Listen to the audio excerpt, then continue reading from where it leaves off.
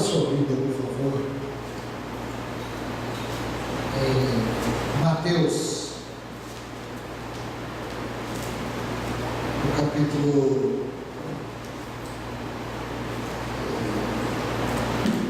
5 de Mateus. Mateus capítulo 6.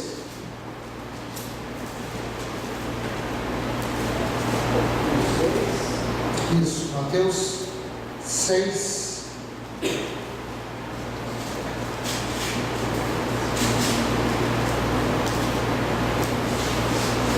Verso 13. Só a última parte do verso 13, que tem essa chavinha aqui.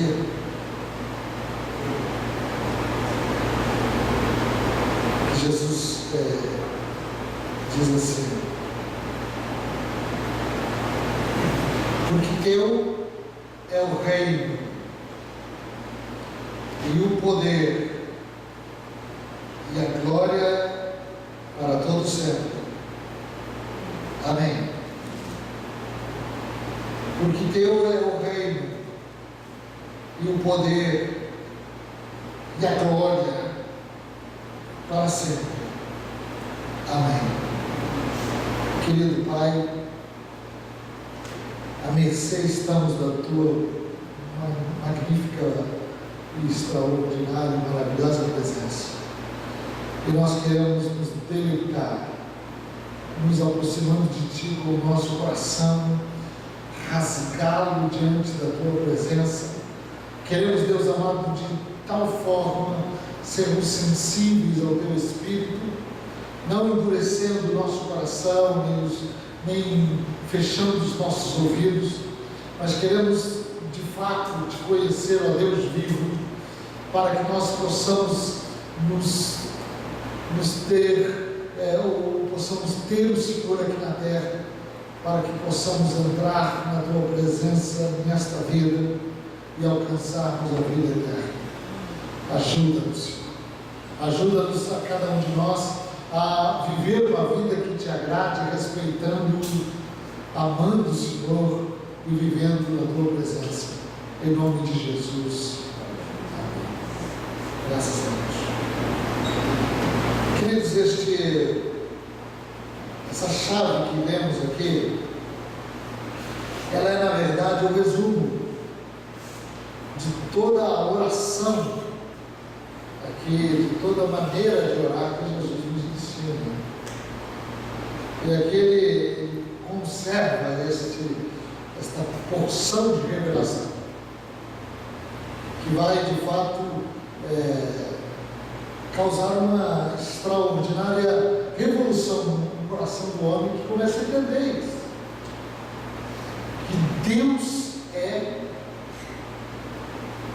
o Senhor de tudo. Teu é o Rei. Todos que existem na terra, tudo que existe no universo, pertence absolutamente a Ele. A glória e o poder. Então, quando a gente começa a perceber que em Deus estão presas todas as coisas, que dele iniciou-se tudo que existe, e para Ele voltará tudo que existe, e que todos os acontecimentos inerentes à nossa vida pessoal, particular, estão nas suas mãos, e que a vida e a morte estão definitivamente com Ele. Então nós vamos entrar em uma condição de percepção de que o que é necessário mesmo é nós nos aproximarmos dele. A grande necessidade do homem é de vir à presença dele. Então, neste ano que nós vivenciamos, Talvez isso não esteja, não foi muito claro. Mas queira Deus que nosso coração se desperte mais ainda para este ano de 2014, para nós entendermos que toda a nossa existência está fundamentada, todo o nosso ser depende absolutamente dele, e que não temos uma outra saída a não ser vivermos para ele. Não há um outro caminho, não existe outro caminho. Ainda que entremos por outros caminhos e dispersemos o nosso coração, tudo se voltará para ele. É dele. Então, esta maneira de Jesus trazer esta revelação vai nos mostrar algo muito interessante. Eu quero focar aqui um Deus que te espera pessoalmente, particularmente, mas um Deus que quando você se aproxima dele, quando nos aproximamos dele, precisamos nos aproximar com os nossos semelhantes. Então aqui nesse texto, no verso 9,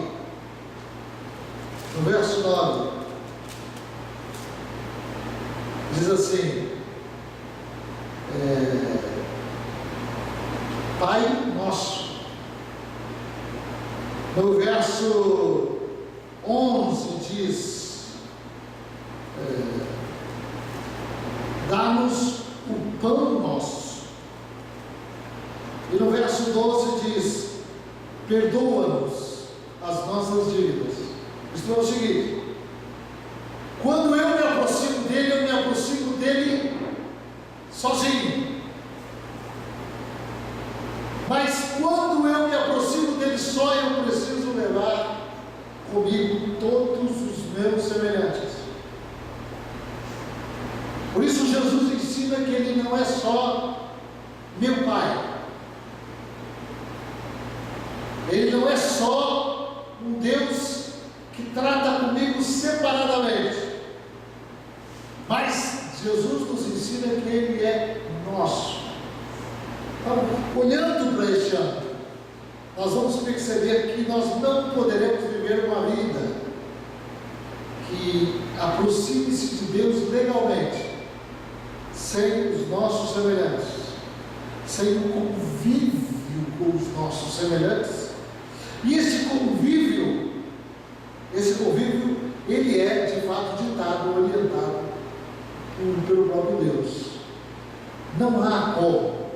Quando você se aproxima dele, ele olha para você, olha para mim e vê a sua esposa, e vê os seus filhos, e vê os seus amigos, e vê os nossos semelhantes.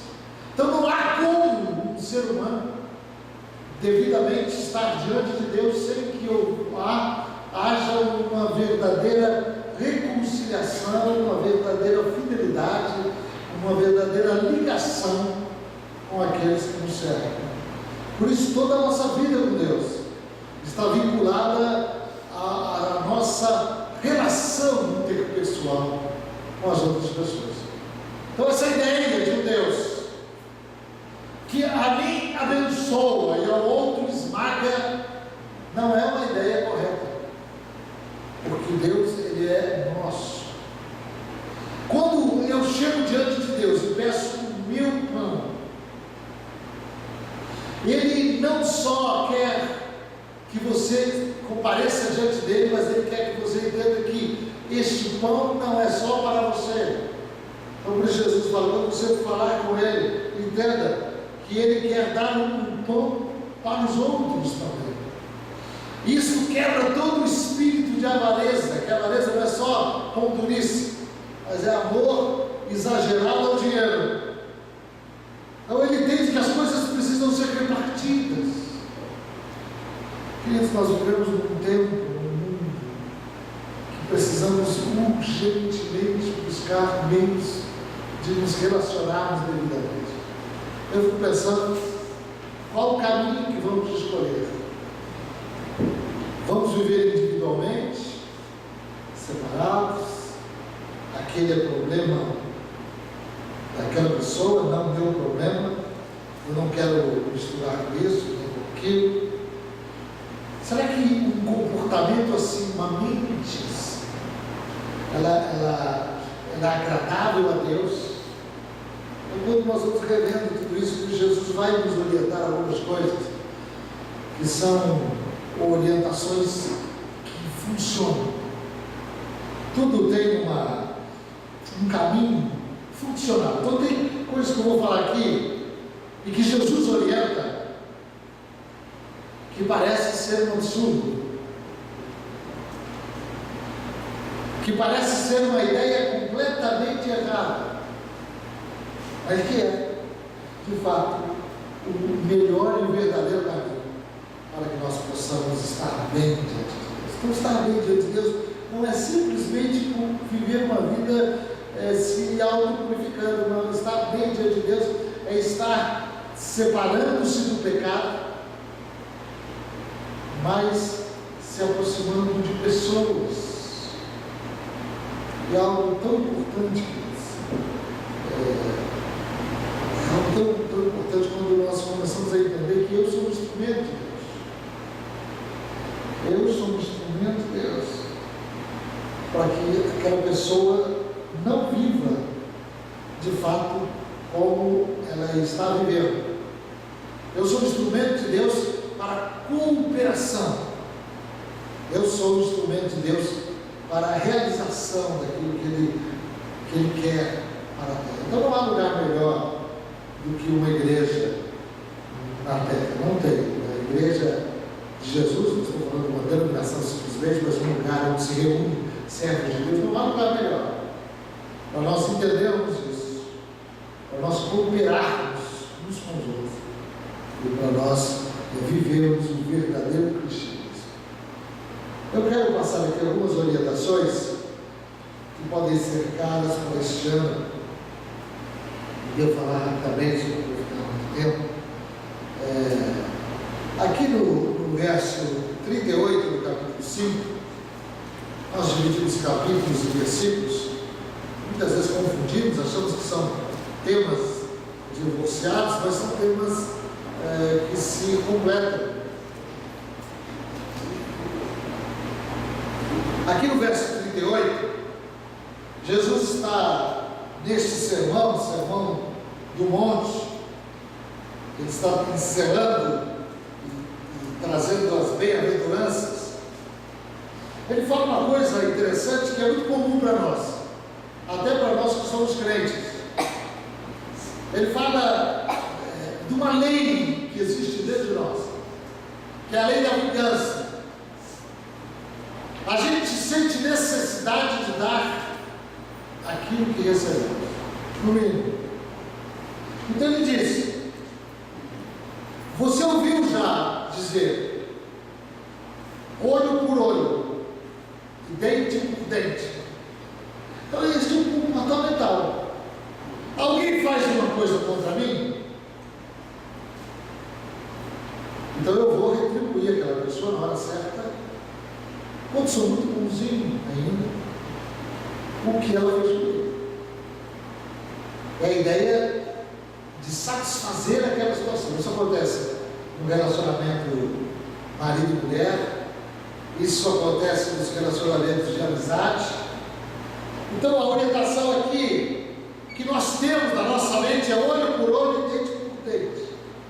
Agora Jesus fala: eu, porém, vos digo, é uma ordem. Você tem isso dentro de você, mas eu estou te orientando a contrariar isso. Eu vos digo: não resistais ao homem mau, mas qualquer que lhe bater na face direita, ofereça-lhe também a outra. Queridos, eu tenho ouvido muito sobre isso, muita gente explicar sobre essa questão. Você fala assim, eu sou crente, mas não sou bobo. Eu jamais vou deixar de revidar e de me vingar. E muito mais se alguém me agredir. Se você não teve essa oportunidade, essa experiência terrível de levar um tapa. Eu já tive 2 vezes. Uma vez de um pai de um amigo meu. Outra vez de um homem muito grande. Eu era pequenininho, eu tinha uns 15 anos, assim, mas era franzinho. O homem me segurou e eu estava brigando com outra criança lá, e ele me segurou e mandou o outro vir e dar um tapa na cara.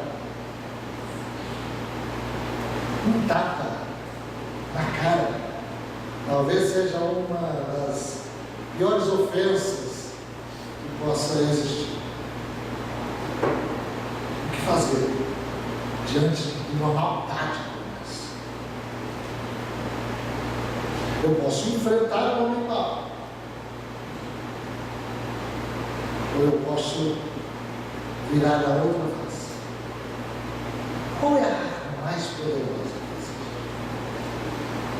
que existe? Queridos, precisa ser muito corajoso, precisa ser muito forte de espírito para virar a outra face. Quem faz isso tem um poder extraordinário de destruição sobre aquele outro ser humano. Isto é, a pessoa que faz o mal e você faz o bem.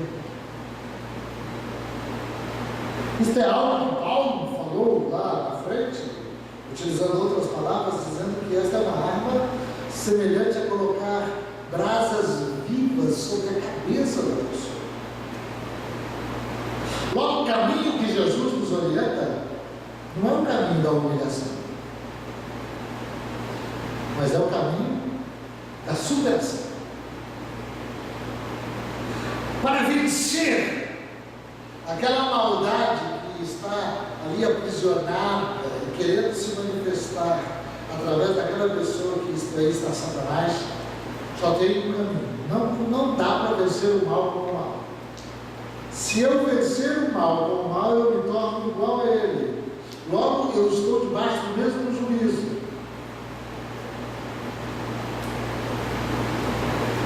Esta é uma arma poderosíssima que faz a gente ir além, quebrar barreiras, vencer obstáculos, liberar diante de Deus a nossa vida e a nossa família. É muito interessante isso. E como já falei, quando Jesus nos orienta, Pai nosso, quando nos comparecemos diante de Deus ou diante do diabo, o que Jesus está nos dizendo é que você comparece com a família, você comparece com os irmãos, você comparece com a responsabilidade sobre aqueles que te cercam. Então é muito interessante eu saber que Deus está nos ensinando a vencer. Fala para o seu irmão, Deus está te ensinando a vencer. Outro ponto interessante aqui, que pode ser muito importante para a nossa caminhada nesse final de ano, no próximo ano, ele diz assim: ouvistes o que foi dito, amarás o teu próximo e odiarás o teu inimigo. O princípio do ser humano é exatamente isso. O homem normal ama aquele que lhe é agradável. Nós somos tão rápidos nesses sentimentos que podemos amar e odiar ao mesmo tempo, dependendo do comportamento da pessoa. Se a pessoa nos é simpática, se ela nos é agradável, e se ela nos trata com deferência, com honra, e se ela não cria nenhuma dificuldade conosco, nós vamos amar e sermos este irmão abençoado. É um irmão querido, essa pessoa é maravilhosa. maravilhosa. Mas se a pessoa de repente fala alguma coisa, ou que a cara não está muito legal, ou de repente discorda, ou de repente fala alguma coisa que você não agrada, então esta pessoa já não é boa. E aquele inimigo ainda, aquela pessoa que você sabe que apresenta atitudes para te prejudicar. Então nós temos inimigos, nós criamos inimigos. Isso é impressionante.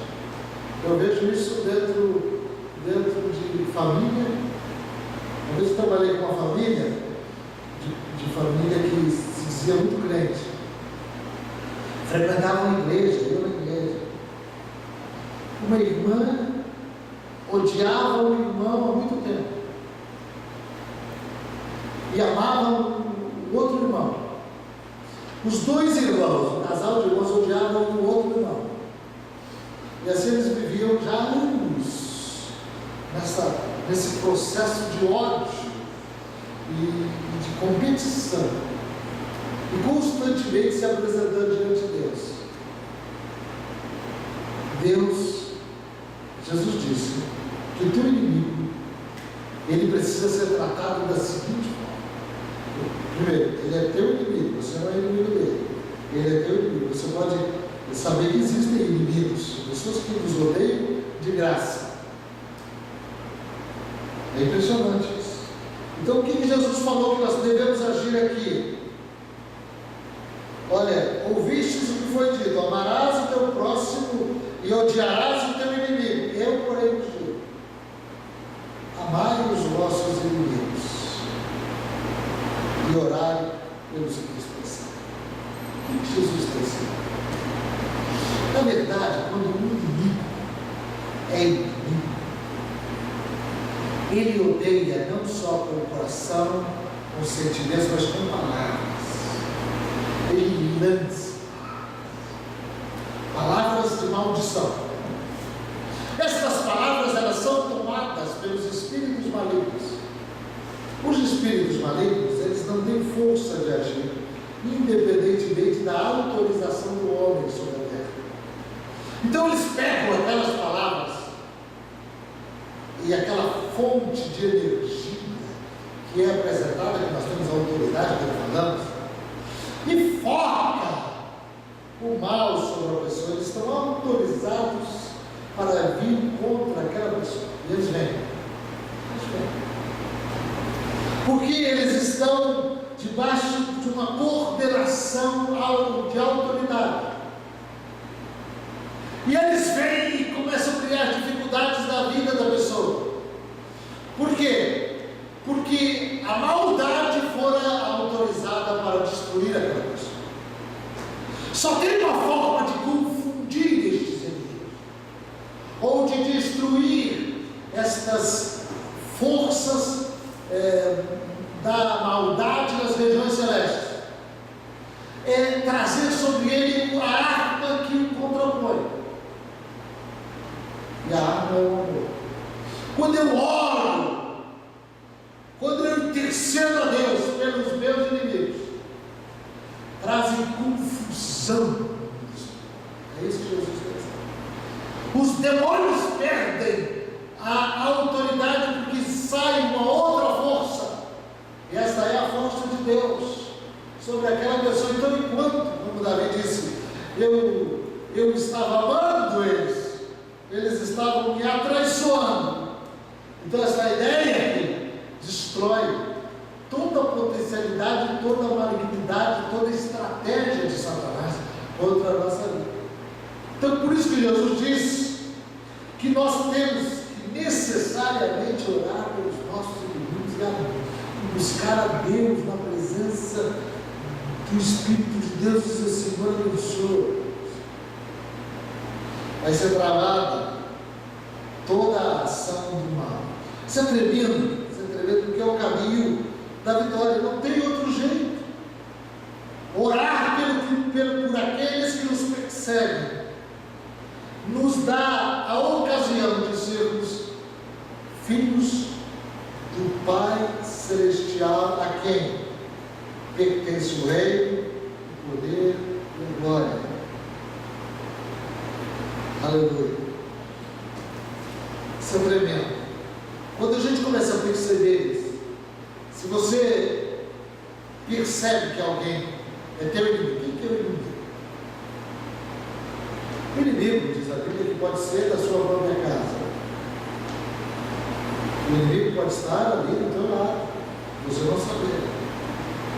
O inimigo pode estar usando uma pessoa, já vi muitos casos, de pessoas que estão perturbadas, endemoniadas, enfermas. Depois eu visitei uma senhora cuja filha estava desenganada pelos médicos. Esse negócio de desenganado pelo médico e de exame, nada dá certo. Normalmente é uma ação direta de Satanás. Quando não se encontra a enfermidade. Normalmente. Eu fui ali e uma moça de boa aparência, até, ela estava sob uma cama já há muitos meses. E ela estava definhando.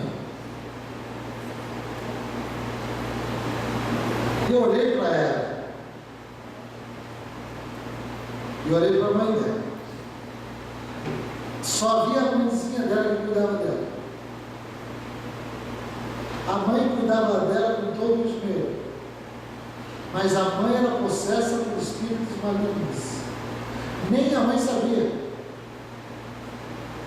Então ficava uma presença ali do inimigo na vida daquela pessoa, que cuidava da pessoa e a pessoa não sabia. Quando a gente colocou a mão sobre a cabeça da senhora, Deus me deu discernimento, coloquei. O problema não estava na nossa, mas o problema estava na mãe dela, mesmo a mãe querendo fazer o bem para a filha. Mas era carregada por espíritos malignos. Quem tem espírito que o acompanha, a própria presença dele, ele traz uma ação maligna naquele lugar, naquele ambiente que aquela pessoa.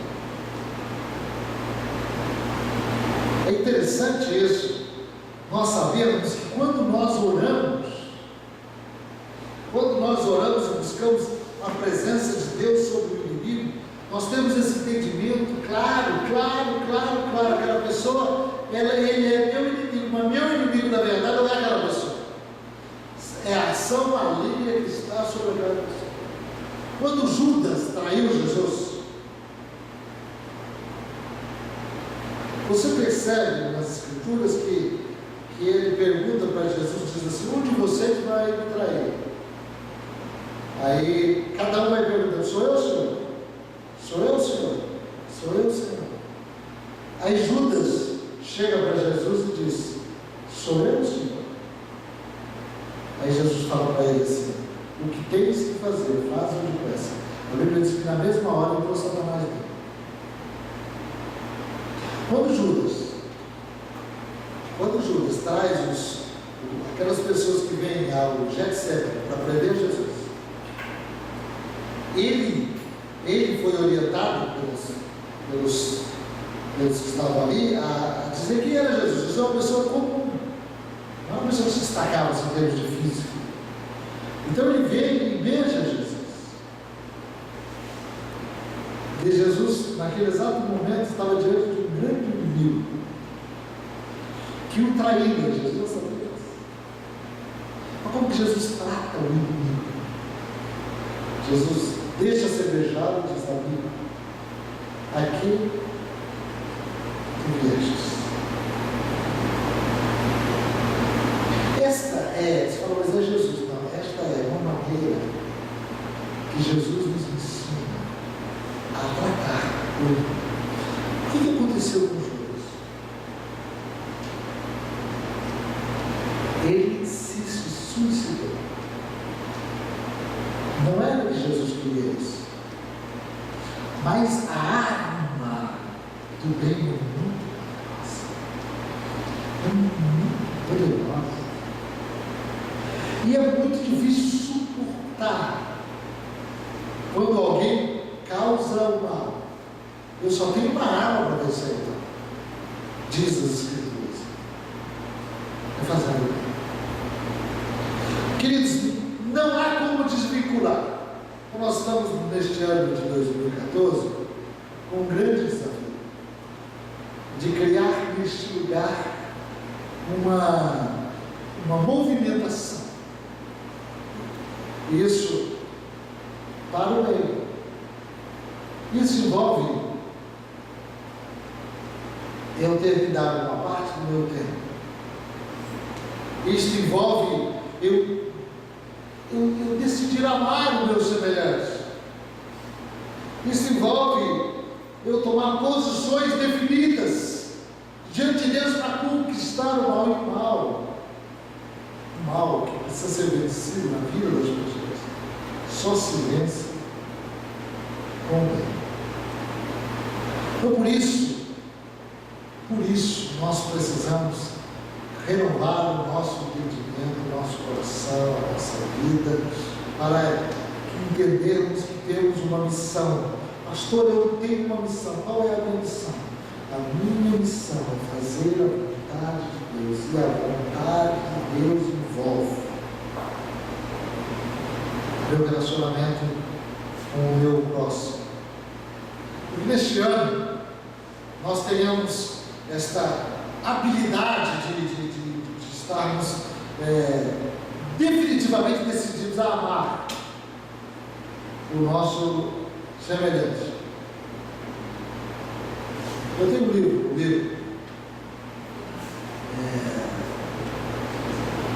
eu acabo de listar, que diz assim, as 5 linguagens do amor. Um livro antigo, mas muito interessante para se ler, para saber como conquistar e como alcançar o coração das pessoas, porque todos somos diferentes. Então tem gente que a linguagem do amor é um presente, tem gente que a linguagem do amor é uma comida, tem gente que a linguagem do amor é uma palavra de afirmação. Então nós temos que saber utilizar a maneira certa para fazer o que se deve fazer com relação ao nosso próximo, começando na nossa casa. Na hora que a gente olha para a nossa casa e acha que está tudo bem, depois não está bem. Um pastor amigo nosso que tem, meu irmão estava falando, tem a sua família como modelo. Um pastor tem 5 filhos, todos casados, todos prósperos, todos abençoados, todos vão para a igreja. Ele tinha essa mania de achar que a família dele era só a família dele. E não conseguia suportar o erro e os acontecimentos com outras famílias. E agora ele está vivendo uma situação complicadíssima, porque a nora dele decidiu separar do filho dele. E a pessoa vê a fragilidade da coisa. Então nós temos, queridos, que estarmos atentos. Primeiro, olhando para nós mesmos, compreendendo a nossa limitação e a nossa dificuldade, e por nós mesmos, por aquilo que Deus tem suportado de nós suportarmos o nosso próximo. Imagina como Deus tem suportado, como Deus tem sido bom, como Deus tem sido maravilhoso para conosco. Então nós precisamos utilizar este bom senso para compreender, para amar, para suportar, para dar um paro, porque gente é trabalho. Sim ou não? Sim.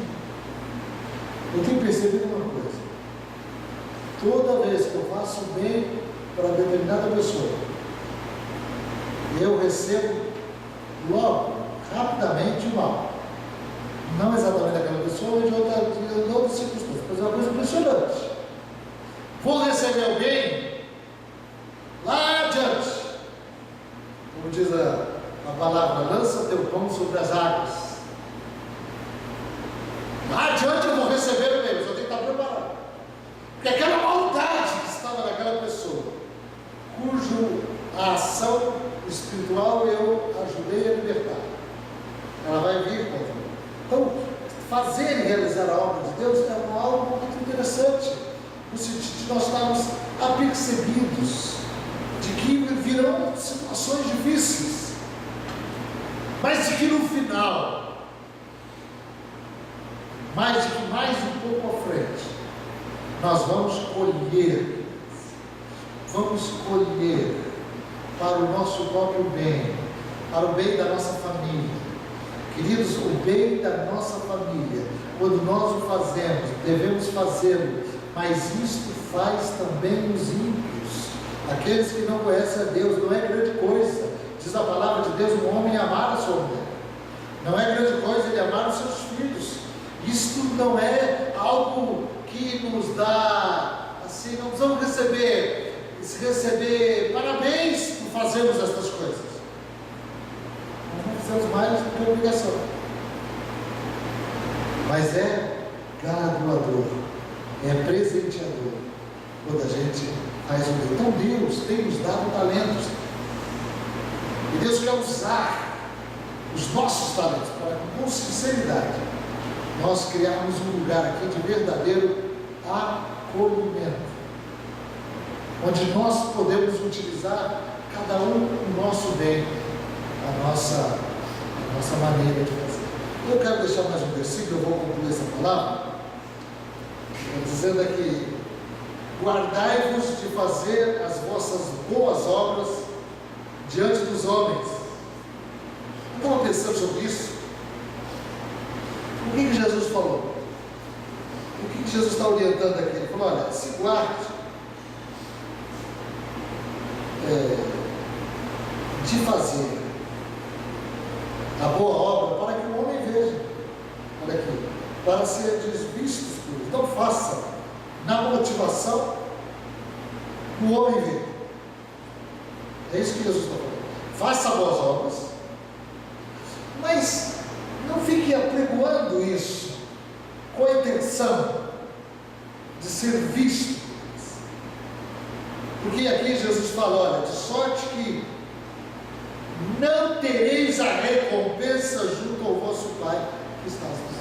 Isso quer dizer o seguinte: que o meu Pai e o teu Pai, nosso Pai, Ele recompensa. Mas aí você fala assim: pastor, mas eu não busco a recompensa de Deus. Só o louco que não busca. Nós dependemos da bênção e da recompensa de Deus. Fala comigo: eu dependo da recompensa de Deus. Então, quando eu vou fazer alguma coisa, eu preciso fazer, mas não para ser visto. Eu preciso fazer por amor e para agradar o meu Pai, para ser igual ao meu Pai.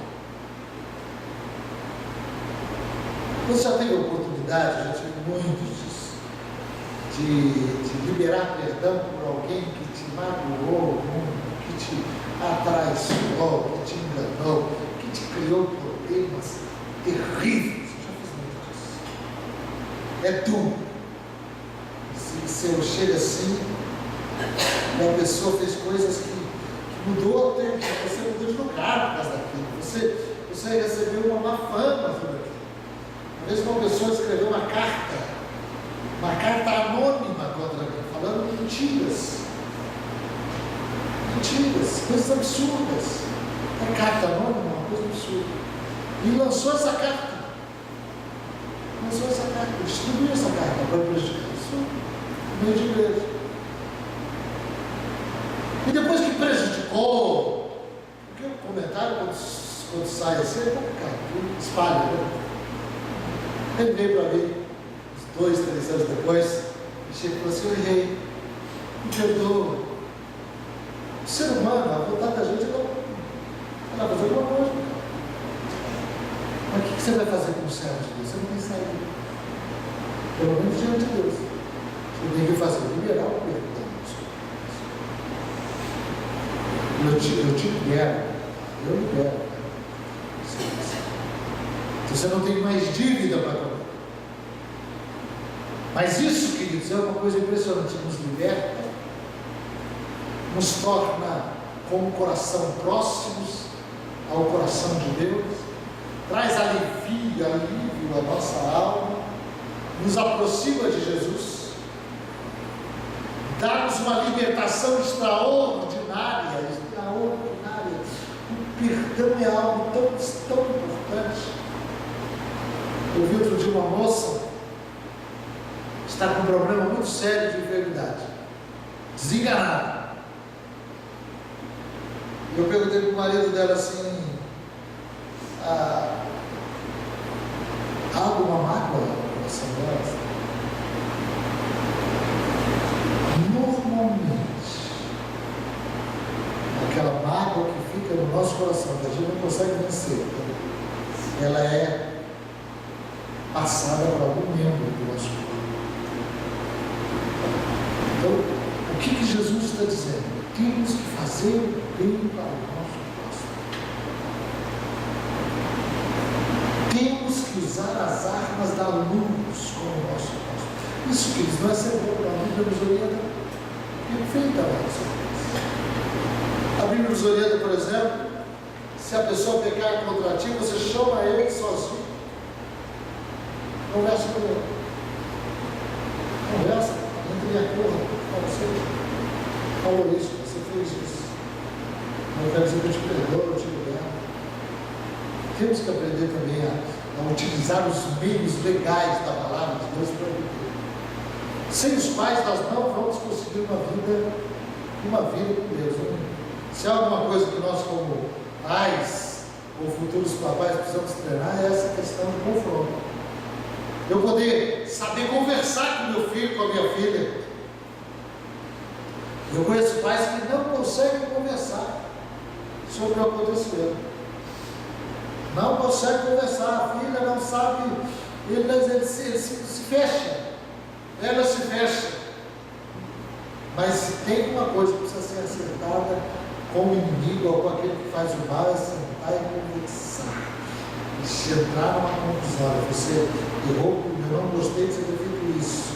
A pessoa fala: você também errou nisso. Então, nós vamos andar num acordo, vamos reconciliar. Isso é agrado de Deus. Isso é agrado ao relacionamento marido e mulher. Quando um ou outro tem essa liberdade de falar, mas com o coração predisposto para perdoar. Que seja esse ano um ano de perdão. Que nós aprendamos a nos aproximar de Deus e viver diante dele, entendendo que dele é o rei, o poder e a glória. Quantos aqui vão vencer esse ano de 2014? Levante a sua mão e diga amém. Então temos um desafio aqui. Quanto mais nós obedecermos a Deus, mais vitoriosos seremos nesta empreitada de mais.